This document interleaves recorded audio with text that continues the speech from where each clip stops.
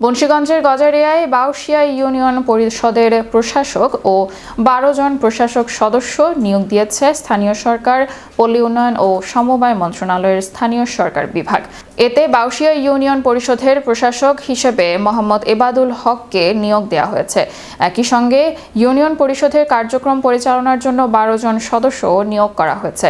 নিয়োগপ্রাপ্ত সদস্যরা হলেন মোহাম্মদ আল আমিন সরকার, মোহাম্মদ সোবহান প্রধান, মোহাম্মদ শাহিম খান, মোহাম্মদ তাবারক মৃধা, মোহাম্মদ নজরুল ইসলাম বঙ্গ, রাজীব মিয়া, মোহাম্মদ রহিম বাদশাহ, মোহাম্মদ মাহমুদুল হাসান, লাভলি আক্তার, রোজিনা আক্তার এবং নাসরিন সুলতানা। প্রশাসক ও প্রশাসক সদস্যরা স্থানীয় সরকার ইউনিয়ন পরিষদ আইন ২০০৯ অনুযায়ী প্রশাসক ও সদস্যরা ইউনিয়ন পরিষদের দায়িত্ব পালন করবেন।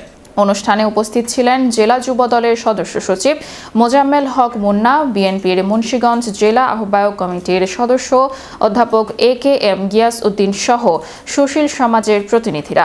এদিকে বাউশিয়া ইউনিয়ন পরিষদে প্রশাসক ও সদস্য নিয়োগের খবরে স্থানীয়দের মধ্যে নানা প্রতিক্রিয়া এবং নবনিযুক্ত প্রশাসক ও সদস্যরা স্বচ্ছতা, জবাবদিহিতা এবং জনসেবার মানোন্নয়নে কার্যকর ভূমিকা রাখবেন প্রত্যাশা বাউশিয়া ইউনিয়নবাসীর।